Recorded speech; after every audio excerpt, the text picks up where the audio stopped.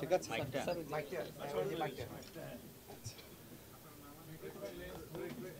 আসসালামু আলাইকুম, সবাইকে শুভেচ্ছা। আপনাদেরকে আসলে আজকে ডেকেছি কিছু গুড নিউজ শেয়ার করার জন্য। একটা হচ্ছে, আপনারা জানেন যে সাইবার যে আইনটা, সেটা নিয়ে অনেক দীর্ঘসূত্রিতা হচ্ছে। এই আইনটা নিয়ে আলটিমেটলি কী করা হবে সেটা নিয়ে আপনাদের মধ্যেও প্রশ্ন রয়েছে। আপনাদের শুধু একটা জিনিস জানাই, আমরা এই আইনটা প্রত্যাহারের বা সংশোধনের কাজটা করছে হচ্ছে তথ্য প্রযুক্তি মন্ত্রণালয়। ওনারা যখন আমাদের পরামর্শ চান আমরা পরামর্শ দিই, কিন্তু এই কাজটা মূলত তথ্য প্রযুক্তি মন্ত্রণালয়ের। সাইবার সিকিউরিটি আইনের ব্যাপারে বিভিন্ন রকম পরামর্শ আসছে। যতবারই ড্রাফট করা হয় দেখা যায় কারো না কারো আপত্তি আছে, কারো না কারো আবার পক্ষে থাকছে। তো এটা নিয়ে আপনার সম্ভবত তথ্য প্রযুক্তি মন্ত্রণালয় চিন্তা করেছে যে আরও ডিটেল নেগোসিয়েশন করবে। তো আমরা চিন্তা করলাম এই জন্য তো বসে থাকা যায় না, সাইবার সিকিউরিটি আইনে যে মামলাগুলো হয়েছে সেই মামলাগুলো আমরা উইথড্র করে ফেলার প্রক্রিয়া শুরু করেছি। এটা তো মূল কনসার্ন। তারপর আস্তে ধীরে আরও কনসালটেশন করে সাইবার সিকিউরিটি আইন যেটা আছে সেটার সংশোধন অথবা বাতিল, এই ব্যাপারে তথ্য প্রযুক্তি মন্ত্রণালয় সিদ্ধান্ত গ্রহণ করবে। তো আমরা সাইবার আইনের অধীনে যে স্পিচ অফেন্স আছে সেই মামলাগুলো প্রত্যাহারের উদ্যোগ অলরেডি গ্রহণ করেছি। আমরা তালিকা করে দেখেছি বিগত সরকারের আমলে 332টি স্পিচ অফেন্সের মামলা করা হয়। এর মধ্যে 332টি স্পিচ অফেন্স সংক্রান্ত মামলার বিচার চলছে। এর মধ্যে 57টি মামলা হচ্ছে তদন্তাধীন আছে। এই যে 332টি মামলা বিচারাধীন আছে, এইগুলি উইথড্র করার ব্যাপারে আইন মন্ত্রণালয়ের ভূমিকা রাখার অবকাশ আছে। এই 332টি স্পিচ অফেন্সের মধ্যে পাবলিক প্রসিকিউটরের মাধ্যমে ইতিমধ্যে 113টি মামলা প্রত্যাহার করা হয়েছে। আমরা আশা করছি আগামী 2 সপ্তাহের মধ্যে স্পিচ অফেন্স সংক্রান্ত যতগুলা মামলা আছে সব প্রত্যাহার করা হবে। ইতিমধ্যেই আমরা প্রায় অর্ধেক মামলা প্রত্যাহার করেছি, বাকিগুলাও করা হবে। আর এই আইনের ব্যাপারে কি পদক্ষেপ নেওয়া হচ্ছে এই ব্যাপারে আপনারা তথ্য প্রযুক্তি মন্ত্রণালয় থেকে অচিরে আরও জানতে পারবেন। আরেকটা আমাদের লক্ষ্য ছিল আমাদের দায়িত্ব গ্রহণ করার পরই, আপনারা জানেন বিগত 15 বছর ফ্যাসিস্ট গভর্নমেন্টের আমলে বহু গায়েবী মামলা দায়ের করা হয়েছিল। আমি নিজে ওই ব্যাপারে লেখালেখি করতাম, তো আমাকে প্রায় দেখতাম মানুষ প্রশ্ন করতো যে আমি এখন কি করছি এটা নিয়ে। আপনাদের প্রথমেই বলি, আমরা এই উদ্যোগ গ্রহণ করতে দেরি হয়েছে কারণ গত সরকারের আমলে যে 4-4.5 হাজার পাবলিক প্রসিকিউটর ছিল, তারা এই 5 আগস্ট গণ অভ্যুত্থানের বিজয়ের পর তারা সবাই পালিয়ে গেছেন। অল্প 50-60 জন বাদে কেউই ছিলেন না। ফলে পাবলিক প্রসিকিউটর না থাকলে তো আমরা মামলা উইথড্র করতে পারি না। পাবলিক প্রসিকিউটরের মাধ্যমেই আইন মন্ত্রণালয়কে কাজ করতে হয় বা সরকারকে কাজ করতে হয়। তো পাবলিক প্রসিকিউটর নিয়োগ হওয়ার সাথে সাথে আমরা গায়েবী মামলাগুলা লিস্ট করার এবং তালিকাবদ্ধ করার, আইডেন্টিফাই করার প্রক্রিয়া শুরু করি। এই প্রক্রিয়ার মাধ্যমে আমরা ইতিমধ্যে 25টি জেলায় 2500-এর বেশি মামলাকে গায়েবী মামলা হিসাবে আইডেন্টিফাই করতে পেরেছি। 2500-এর বাইরেও আরও অনেক থাকতে পারে। আমরা ইতিমধ্যে 25টি মামলায় 2500-এরও বেশি মামলাকে রাজনৈতিক হয়রানিমূলক মামলা হিসাবে বা গায়েবী মামলা হিসাবে চিহ্নিত করতে পেরেছি। আগামী 7 দিনের মধ্যে মামলাগুলো প্রত্যাহার করার উদ্যোগ নেওয়া হবে। আপনাদেরকে এটুকু শুধু বলতে চাই যে এই 2500-এরও বেশি যে মামলা আছে, এখানে লক্ষ লক্ষ আসামি আছে এবং এটা এক্সস্টিভ নাম্বার না। আরও অনেক জেলাতে আরও অনেক মামলা আছে এবং 25টি জেলাতেও আরও মামলার খোঁজ খবর নেওয়া হচ্ছে। তো আমরা আশা করছি আমরা ফেব্রুয়ারির মধ্যে গায়েবী মামলা প্রত্যাহারের কাজ সম্পন্ন করতে পারব। আপনাদের মনে প্রশ্ন আসতে পারে গায়েবী মামলা বলতে আমরা কি বুঝি। গায়েবী মামলা আইডেন্টিফাই করার জন্য আমরা 4টি ক্রাইটেরিয়া বাছাই করেছিলাম। একটা হচ্ছে এই মামলাগুলো পুলিশ দায়ের করেছে কিনা। এই মামলাগুলোতে একটা কমন ট্রেন্ড ছিল বিস্ফোরক আইনে মামলা দায়ের করা, অস্ত্র আইনে মামলা দায়ের করা, পুলিশের উপর অ্যাসল্ট হয়েছে এই ধরনের অভিযোগ আনা এবং স্পেশাল পাওয়ার অ্যাক্টে মামলা করা। গায়েবী মামলা প্রত্যাহারের ক্ষেত্রে এই প্রবণতাটা আমরা নজর রেখেছি। তৃতীয় প্রবণতা হচ্ছে এখানে অনেক আসামি থাকে এবং আরও বেশি অজ্ঞাতনামা আসামি থাকে। চতুর্থ আইডেন্টিফিকেশনের চতুর্থ যে প্রক্রিয়াটা আমরা করেছি সেটা হচ্ছে এই মামলাগুলো সাধারণত করা হতো বিএনপি সহ বিরোধী দলগুলো যখন বড় বড় আন্দোলন করতো তার আগে পরে, অথবা এই যে ভুয়া নির্বাচন হয়েছে গত 3টা ভুয়া নির্বাচনের আগে পরে। তো এই সমস্ত ক্রাইটেরিয়ার ভিত্তিতে আমরা 2,500-এরও বেশি মামলা ইতিমধ্যে আইডেন্টিফাই করেছি। এগুলি প্রত্যাহার আশা করছি আর কি, যত গায়েবী মামলা আছে যেগুলি আইডেন্টিফাই করতে পারবো আমরা ফেব্রুয়ারির মধ্যে প্রত্যাহার করার কাজ হয়ে যাবে। 2 সপ্তাহ বলেছিলেন। হ্যাঁ 2 সপ্তাহের মধ্যে বলেছিলেন। 2 সপ্তাহের মধ্যে হচ্ছে সাইবার সিকিউরিটি, ঠিক আছে। আমরা একটা নতুন আইন প্রণয়ন সংক্রান্ত একটা খুব ভালো সংবাদ আপনাদেরকে দিতে চাই। সুপ্রিম কোর্টে বিচারক নিয়োগ অধ্যাদেশ 2025 আজকে গেজেট নোটিফিকেশন হয়েছে। আপনারা সবাই জানেন বিগত সরকারের আমলে যে অনাচার হতো, চরম মানবাধিকার লঙ্ঘন হতো, মানুষকে যে দমন নিপীড়ন করা হতো, তার একটা বড় প্ল্যাটফর্ম ছিল উচ্চ আদালত। সেখানে মানুষ প্রতিকার পেত না, চরম মানবাধিকার লঙ্ঘনের বড় প্রতিকার পেত না। এবং এটার কারণ ছিল উচ্চ আদালতে রাজনৈতিক সরকারগুলো সম্পূর্ণভাবে দলীয় বিবেচনায় অনেক ক্ষেত্রে অযোগ্য লোকদেরকে জাজ হিসাবে নিয়োগ দিত। আপনারা জানেন উচ্চ আদালতে নিয়োগ নিয়ে একজন সাবেক প্রধান বিচারপতি প্রলয় ঘটে গেছে এই ধরনের কমেন্টও করেছিলেন।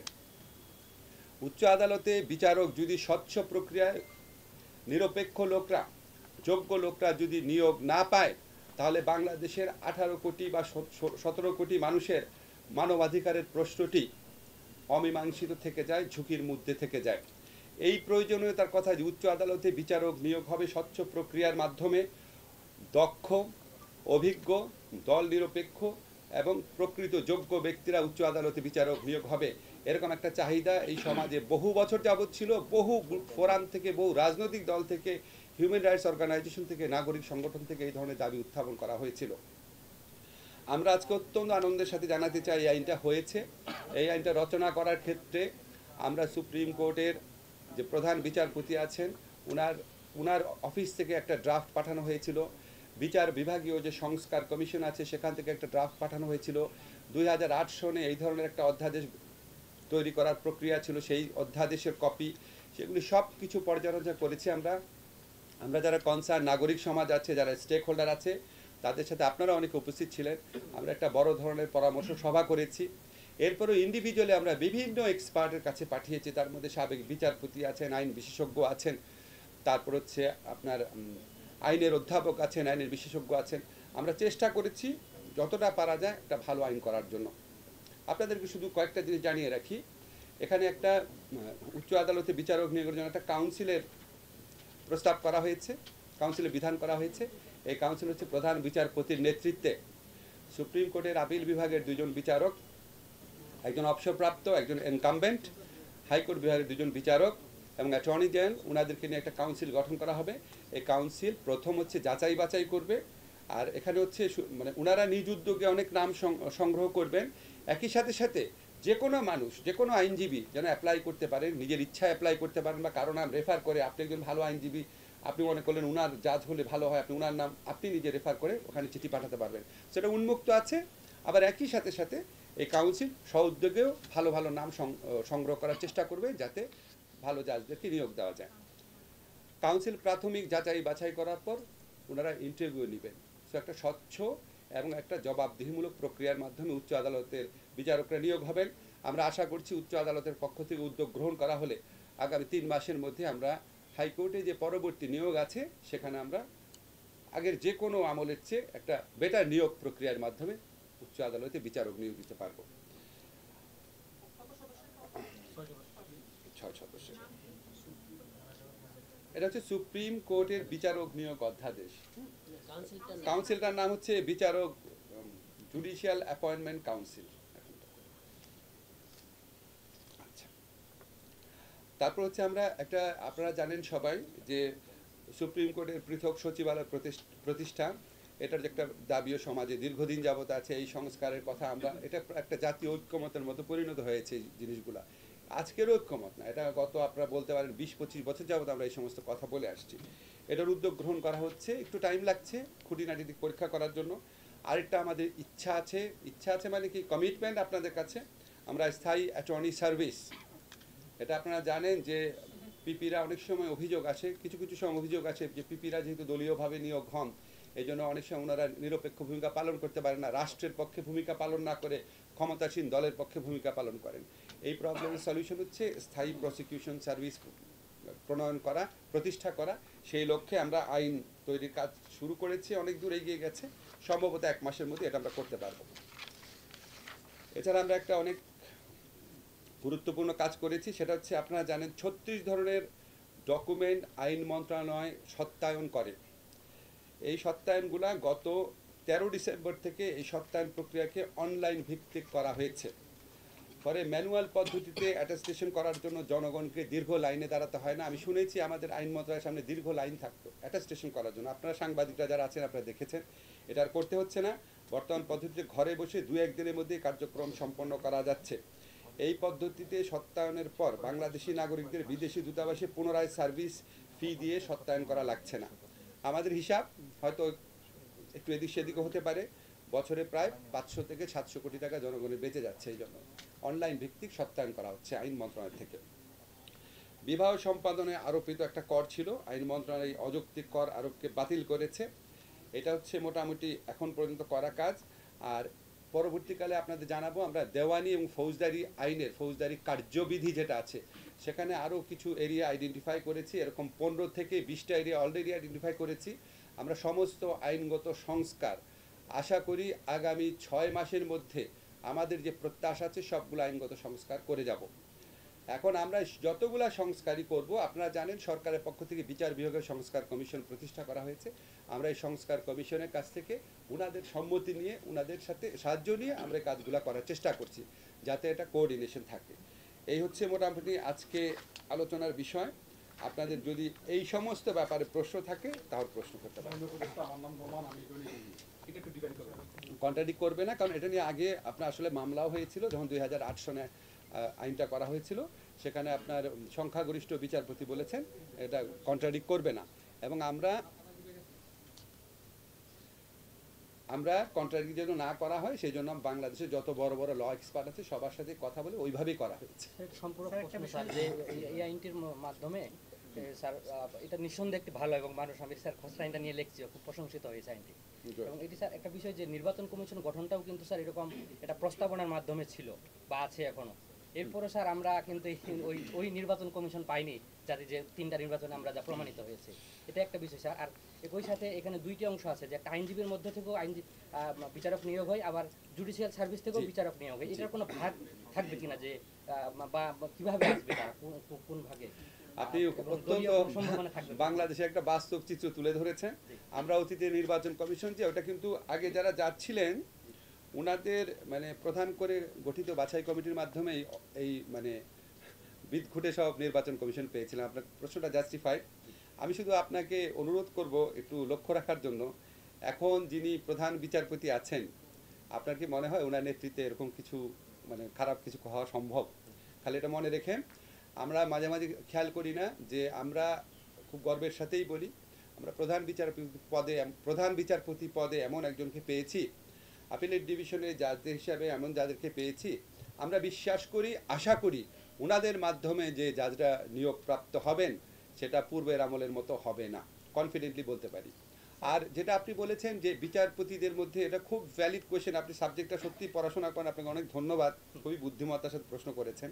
এটা একটা দীর্ঘদিনের টেনশন যে কতজন লয়ার থেকে জাজ নিয়োগ করা হবে, কতজন আপনার নিম্ন আদালতে জাজ থেকে উচ্চ আদালতে জাজ নিয়োগ করা হবে। আমাদের সংবিধানে 2টা বিধানই আছে, হাইকোর্টের আইনজীবীদের মধ্যে থেকে এবং নিম্ন আদালতের জাজদের মধ্যে থেকে। যাদের 10 বছর কমপক্ষে অভিজ্ঞতা আছে তাদেরকে উচ্চ আদালতে জাজ বানানো যায়। এখন সাধারণত রাজনৈতিক সরকারগুলোর একটা প্রবণতা ছিল ওনারা উচ্চ আদালতের আইনজীবীদের মধ্যে থেকে বেশি জাজ বানাতেন, বিকজ ওনাদের মধ্যে রাজনৈতিক পরিচয়টা খুব স্পষ্ট দেখে। তো এটা আমরা এই কমিশনের বিবেচনার উপর ছেড়ে দিয়েছি। তবু আমরা বলেছি যথোপযুক্ত প্রতিনিধিত্ব যেন থাকে। স্যার একটা প্রশ্ন করতে চাই স্যার, আপনি মানে এই যে সুপ্রিম জুডিশিয়াল অ্যাপয়েন্টমেন্ট কাউন্সিল, এখানে প্রধান বিচারপতির প্রশ্ন তুললেন, হ্যাঁ ধরে নিতে পারি আমরা নিরপেক্ষ, কিন্তু এই কাউন্সিল নিয়ে তো ভবিষ্যতে প্রশ্ন উঠতে পারে। বিশেষ করে গেল আমলের যারা প্রধান বিচারপতি ছিলেন তারাও তো নানান কিছু করেছে। সো এই কাউন্সিল কিভাবে নিরপেক্ষতা নিশ্চিত? শোনেন, আমি একটা জিনিস বলি, আপনি আইন দিয়ে যত আইনই করেন না কেন, আপনি আইন দিয়ে সমস্ত নিরপেক্ষতা নিশ্চিত করতে পারবেন না। সব মানুষই যদি খারাপ হয় তাহলে আমরা সবাই খারাপ। একটা আইন করলাম আমরা সবাই মিলে বাংলাদেশের প্রধানমন্ত্রী রাষ্ট্রপতি নিয়োগ করবো, তো ওনারা ভালো হবে? তো আমরা তো এখন ধরেন আশাবাদ ব্যক্ত করেছি একটা যদি ভালো আমরা নজির স্থাপন করে যেতে পারি, বর্তমান প্রধান বিচারপতির নেতৃত্বে যখন ভালো নিয়োগ হবে একটা নজির স্থাপন করে যেতে পারি, নজির স্থাপন করলে বেঞ্চমার্ক স্থাপন করলে আপনারা পরবর্তীকালে কার্যক্রমের সাথে কম্পেয়ার করে তখন বলতে পারবেন। আমরা পরে কি হবে এটা আমরা বলতে পারি না, আমরা কিছু বেঞ্চমার্ক তৈরি করে দিয়ে যাচ্ছি, সংস্কার তৈরি করে দিয়ে যাচ্ছি। এরকম বহু সংস্কার আপনার 2008 সনের 111 পিরিয়ড আমরা যখন বলি ওই সময় করা হয়েছিল, আওয়ামী লীগ গভর্নমেন্ট পরবর্তীকালে কোনো কিছুই রাখে নাই। তো পরবর্তীকালে এই জুলাই গণ অভ্যুত্থানের পরে পরবর্তীকালে যে রাজনৈতিক সরকার আসবে সেটা যে দলেরই হোক, তারা জুলাই গণ অভ্যুত্থানকালে মানুষের যে স্যাক্রিফাইস, আত্মদান, রাষ্ট্র সংস্কারের যে আকাঙ্ক্ষা, সেটাকে আগের মতো পদদলিত করবে না বলে আমার বিশ্বাস। স্যার একটা বিষয় হচ্ছে ভারপ্রাপ্ত প্রধান বিচারপতি নিয়োগ করতে পারবেন, এটা থাকাটা উচিত কিনা এক। দ্বিতীয়ত হচ্ছে রাষ্ট্রপতি এই ফাইল ফেরত পাঠাতে পারেন, সেটা কতবার ফেরত পাঠাতে পারবেন বা এরকম কোনো সুনির্দিষ্ট আছে কিনা। আর বয়স 45, প্রথমটা কি বলেছেন?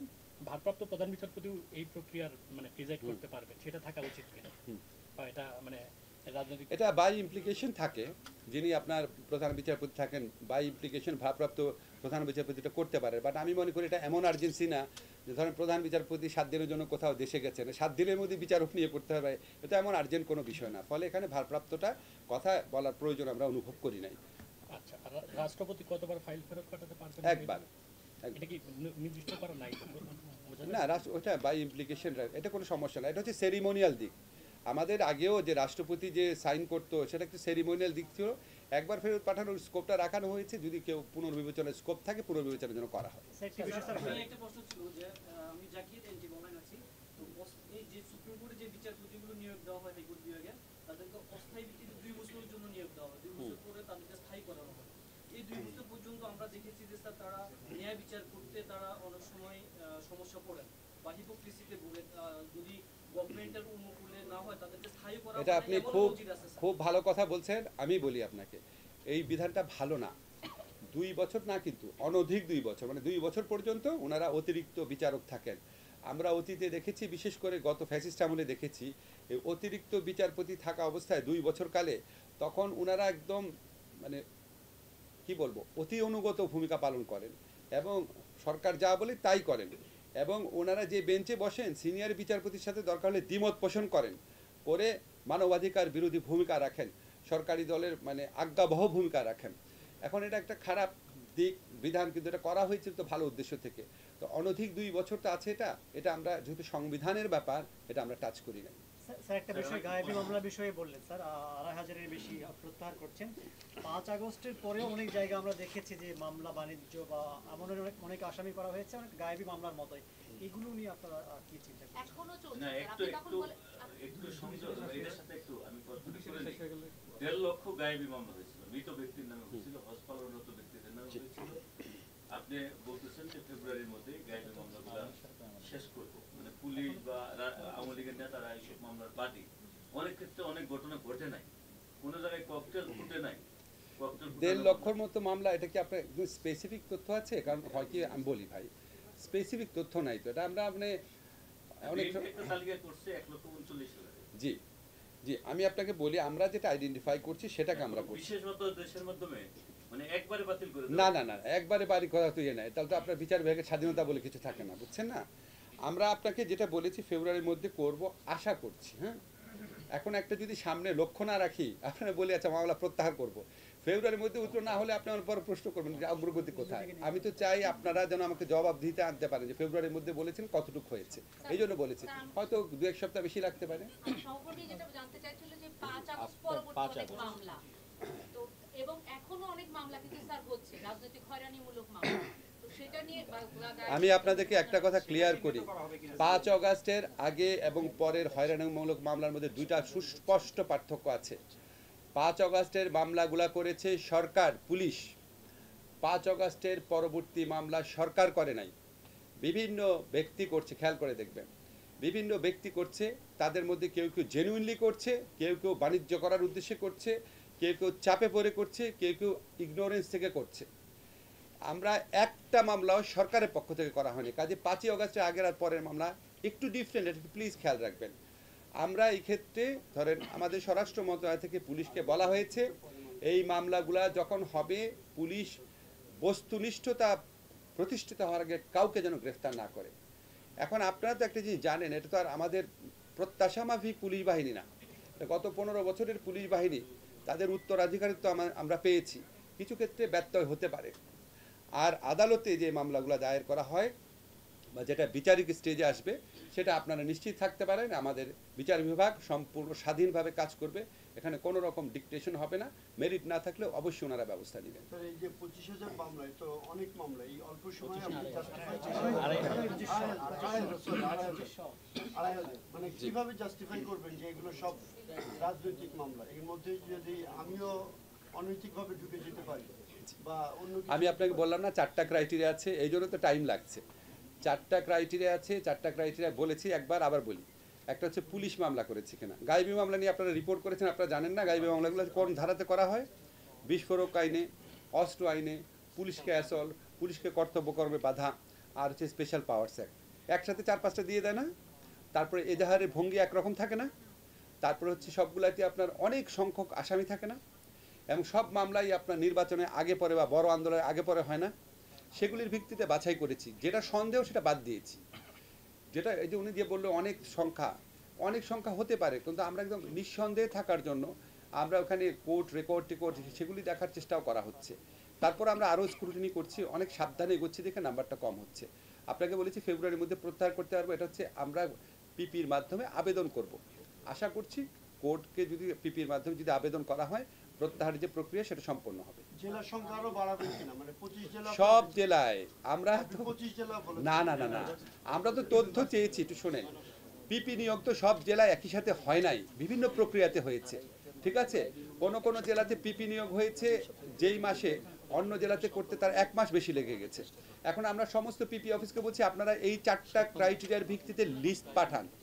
এই লিস্ট পাঠাতে পেরেছে 25টা জেলার থেকে এখন পর্যন্ত, আজকে পর্যন্ত 25টা জেলার থেকে আমরা 2,500-এর বেশি মামলা পেয়েছি। আমরা স্ক্রুটিনি করে এগুলি প্রত্যাহার করার ব্যবস্থা নিচ্ছি। সিসিদের মাধ্যমে কমিটি করে মামলাগুলির একটা বিজ্ঞপ্তি দেওয়া হয়েছে। সব জেলা হবে এবং আরো বাড়বে এই মামলা। আপনারা যে কমিটির মাধ্যমে বিজ্ঞপ্তি বলেছেন, ওই কমিটি 3-4 মাস পর 4টা মামলা মাত্র হাজির করেছেন।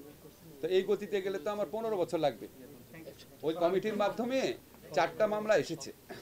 জি হ্যাঁ, যে আপনি যে কমিটির কথা বললেন, এই 4টা মামলা তো গত সপ্তাহে আমরা প্রত্যাহার করে দিলাম। এটা এই এখন আমি যদি 4 মাসে 4টা মামলা প্রত্যাহার হয় তাহলে আমাকে বলেন। এই জন্য আমরা একটুখানি, যেহেতু আমরা এইসব ব্যাপারে একটা আমাদের জনগণের মধ্যে ঐক্য আছে যে গায়েবী মামলা প্রত্যাহার করতে হবে। আমি জানি, আপনি তো এটা জানেন, ওখান থেকে 4টা মামলা প্রত্যাহার হয়েছে, বুঝছেন না? ওইটা হচ্ছে জনগণ এসে করবে, আর এটা হচ্ছে আমরা সহযোগী করছি। আমি আপনাদেরকে নাম্বারটা আবার বলি, কনফিউজ হয়ে না। দাঁড়ান, আমি বলেছি, শোনেন, আমি বলেছি 25টি জেলায় 2,500-এর বেশি মামলাকে রাজনৈতিক হয়রানিমূলক মামলা হিসেবে চিহ্নিত করা হয়েছে। আগামী 7 দিনের মধ্যে মামলাগুলা প্রত্যাহার করার আশা করছি। আর সকল হয়রানিমূলক গায়েবী মামলা যেটাকে আমরা আইডেন্টিফাই করতে পারবো, সেটা ফেব্রুয়ারি মাসের মধ্যে আমরা প্রত্যাহার করার আশা করছি। স্যার, এই 2,500 মামলা স্যার কত দিন থেকে কত, আপনি বলেছেন 5 আগস্টের পূর্বে, মানে কোন সময়কাল কি স্যার চিহ্নিত করেছেন? ফ্যাসিস্ট শাসনামল। স্যার একটা আলাদা করে এর জন্য আবেদন করার সুযোগ আছে নাকি? যেসব মামলা এই গায়েবী মামলা, মানে যেসব গায়েবী মামলায় অলরেডি গায়েবী নির্বাচনের আগে মানে সাজা দিচ্ছে, সেসব ক্ষেত্রে ওইসব মামলাগুলো সেটা আমরা পরে দেখব। সাজা যেটা হয়ে গেছে, সাজা হয়েছে এরকম মামলা কিন্তু খুব কম, পরে দেখব। না, খুব বেশি সাজা হয় না। জি বলেন। স্যার, নিয়োগ নিয়ে আরেকটা প্রশ্ন হলো স্যার, আপনার আগের আগেও সরকার রাজনৈতিক সরকার ছিল, সামনে রাজনৈতিক সরকার আসবে। আমরা দেখি স্যার প্রধান বিচারপতিকে মনের সাথে না মিল হওয়ার কারণে অসুস্থ হয়ে গেছেন এবং তাকে সিঙ্গাপুরে চিকিৎসার জন্য পাঠিয়ে দিয়েছে। এই ধরনের ঘটনা আমাদের দেশে ঘটছে। এবং সুপারসিডের একটা ট্রেডিশন তো স্যার অব্যাহত আছে, যে পছন্দ হলো না আমি 5-4জন করে সুপারসিড করে প্রধান বিচারপতি বানিয়ে দিয়েছি।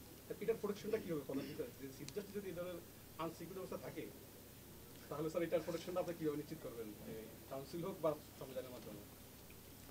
শোনেন, এটা একটাই উত্তর, সেটা হচ্ছে ধরেন আমরা অতীতে অনেক কিছু দেখেছি, এই জন্য আমাদের ভবিষ্যৎ নিয়ে অনেক আশঙ্কা হয়। তা আমার কাছে মনে হয় কি, অতীতের সাথে ভবিষ্যতের একটা পার্থক্য আছে। পার্থক্যটা হচ্ছে অতীতে কখনোই আমাদের দেশের মানুষ, আমাদের দেশের ছাত্র জনতা গণতন্ত্র প্রতিষ্ঠার জন্য, রাষ্ট্র সংস্কারের জন্য হাজার হাজার মানুষ প্রাণ দেয় নাই, লক্ষ লক্ষ মানুষ রাস্তায় নেমে আসেনি, আপনারা তো সবাই দেখেছেন। এরশাদ আমলে 40-50 জন মারা গেছে, খালেদা জিয়ার 2 আমলে মিলে বোধহয় 12-15 জন মারা গেছে, এর বেশি গেছে যায় নাই। আর এখানে আপনার 2 সপ্তাহে 1000 লোক মেরে ফেলছে। এত বড় একটা গণহত্যার পরে একটা সরকার এসে মানে আগের সরকারগুলোর মতো আচরণ করবে, এটা মানে আমি বিশ্বাস করতে চাই না। এটা তাদের মনে থাকবে। আর কিছু, তারা তো নিজেরা সাফার করেছে।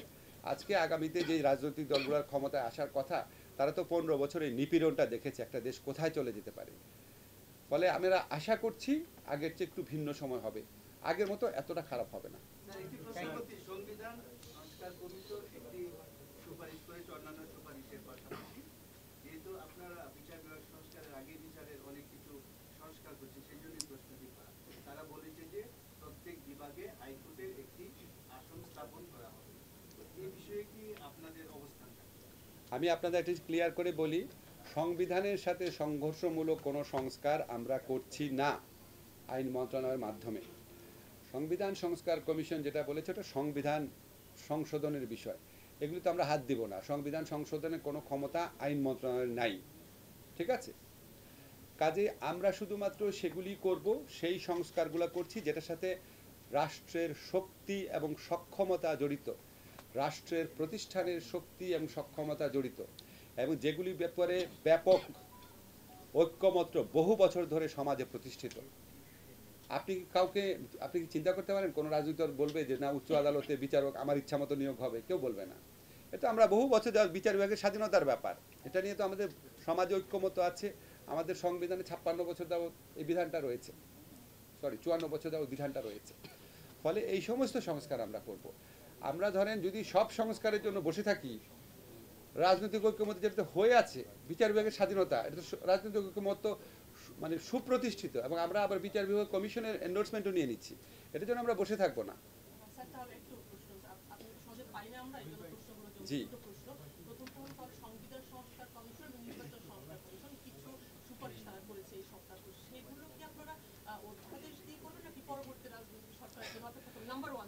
আচ্ছা, নাম্বার 1টা আগে বলি।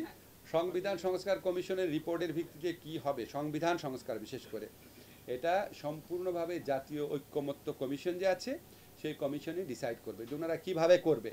একটা আপনার ইয়েতে নির্বাচনের আগে একটা জাতীয় দলিল করবে কিনা, যাচ্ছে ঠিক আছে যেই দলে ক্ষমতায় আসুক, যে পার্লামেন্টই গঠিত হোক, আমরা এই সংস্কারগুলো করব, বা গণপরিষদের নির্বাচন করবে কিনা, নির্বাচন একই সাথে সাথে পার্লামেন্ট এবং গণপরিষদ দুইটার নির্বাচন করে ফেলো, আপনি আগে নির্বাচিত হলে পার্লামেন্টের মেম্বারও থাকলেন, গণপরিষদের মেম্বারও থাকলেন, সেই প্রক্রিয়া যাবে কিনা এটা জাতীয় ঐক্যমত্য কমিশন ঠিক করবে। আর নির্বাচনী সংস্কার যেটা বলছেন একটু বলি, নির্বাচনী সংস্কারে কিছু বিষয় আছে যেটা সংবিধান পরিবর্তনের সাথে সম্পর্কিত না, সেটা যদি রাজনৈতিক দলগুলো ঐক্যমত্য পোষণ করে অবশ্যই এই সরকারে আমলে হয়ে যাবে। এটা আপনি বলছেন গণপরিষদের জাতীয় নির্বাচন, তাই গণপরিষদ নির্বাচন হওয়ার সম্ভাবনা আছে? না না না, আমি বললাম এটা পসিবিলিটি হিসাবে, যে কিভাবে হবে না হবে অনেকগুলো এভিনিউ হিসাবে বললাম।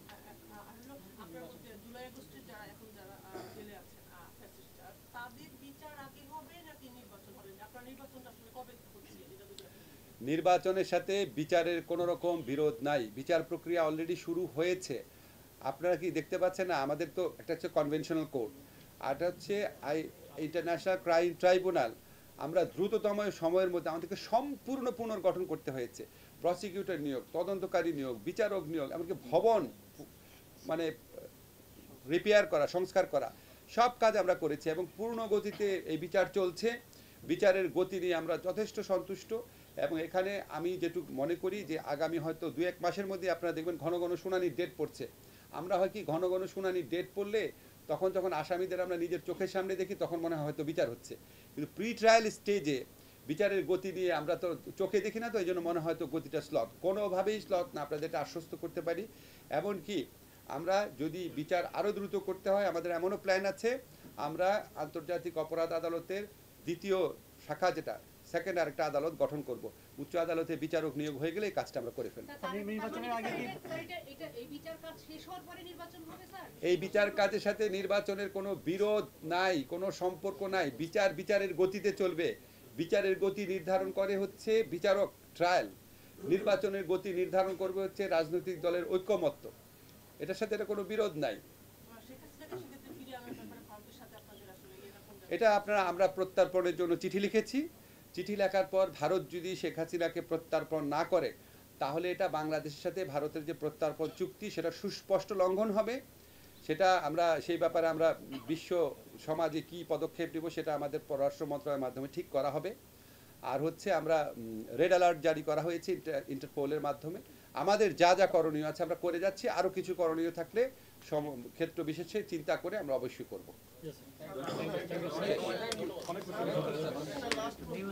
জি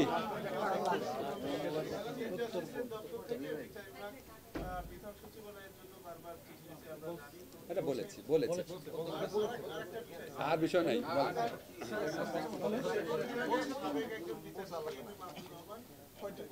আমরা সংবিধান বলি কিন্তু সংবিধানে সবকিছুকে এখন মানা সম্ভব হচ্ছে। তো এই সরকার যে উপদেষ্টা পরিষদ এটা তো একটা রেফারেন্সের মাধ্যমে হয়েছে, কিন্তু এটা প্রোক্লামেশন দরকার। এই বিষয়ে কি আপনাদের এটা নিয়ে আজকে কথা বলবো না, তাহলে আপনি আমার এই গুরুত্বপূর্ণ বিষয়গুলো বাদ দিয়ে ওটারই হেডিং করবেন। আমি শোনেন, আমার যদি প্রোগ্রেস না থাকে, হ্যাঁ, আমার তো আপনাদেরকে গুড নিউজ দিতে ইচ্ছা করে। আমি ধরেন আমার মাঝে মাঝে মনে হয় যে আমরা এখানে আসছি কেন, কিছু ভালো খবর দেওয়ার জন্য। এই যে আপনি ধরেন ছোট্ট একটা নিউজ, এই যে অ্যাটাস্টেশন করা যাচ্ছে অনলাইনে, কত মানুষ যে খুশি হয়েছে। অনলাইনে অ্যাটাস্টেশন ছোট ছোট জিনিস, জানেন আমরা ছোট ছোট আরও কিছু কাজ করেছি, এখানে বলতে পারি না। যেমন ধরেন বিয়ের যে ফর্ম ছিল সেখানে লেখা থাকতো বিবাহিতা নাকি কুমারী, বুঝছেন, এটা একটা অমর্যাদাকর শব্দ একটা মেয়ের জন্য, সেটা আমরা অবিবাহিতা করে ফেলেছি। ছোট ছোট কাজ করেছি, এরকম কাজ আরো অনেকগুলা চিন্তা আছে। বিয়ে ট্যাক্সে আজকে সাইন করলাম। হ্যাঁ, আপনি ট্যাক্স ছাড়া বিয়ে করতে পারবেন। আর কত এই নিয়ে 3 নাম্বার তো ঠিক আছে।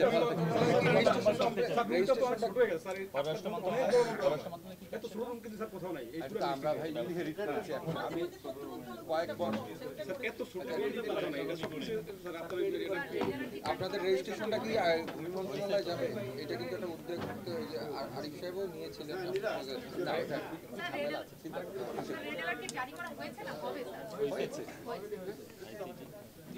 আগেও বলছি।